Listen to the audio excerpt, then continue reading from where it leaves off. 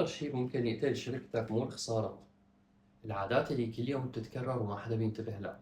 مرة كنت عم بتابع عمل شركة وكان كل شي من برا شكله تمام، الموظفين موجودين، الاجتماعات ماشية والطلبات عم تطلع، بس بعد فترة اكتشفت شي غريب، كل يوم نفس المشاكل عم ترجع ونفس الأخطاء عم تنعاد. سألت صاحب الشركة كيف عم تعالجوا هالموضوع؟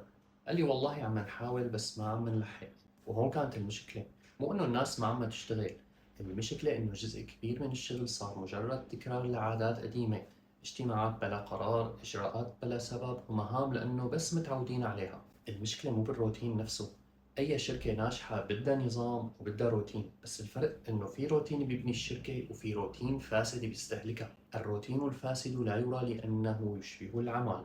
يعني بتشوف المكتب مليان حركة وبتقول ما شاء الله الشغل مولع، بس النتيجة وين؟ هون السؤال. لما غيرت الشركة طريقة متابعة العمل وبدأوا يسألوا ليش عم نعمل هالخطوة، مو بس كيف عم نعملها، اكتشفوا إنه كانوا عم يضيعوا ساعات كل أسبوع بأشياء ما لها قيمة.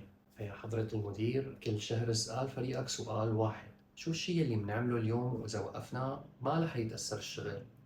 وبحسيف الزايد قبل ما تضيف الجديد. لأن الشركات ما بتنهار دائما بسبب قرار خاطئ كبير، أحيانا بتنهار من مئات العادات الصغيرة يلي ما حدا تجرأ يراجعها، ولأجل أثر باق محكم العمل.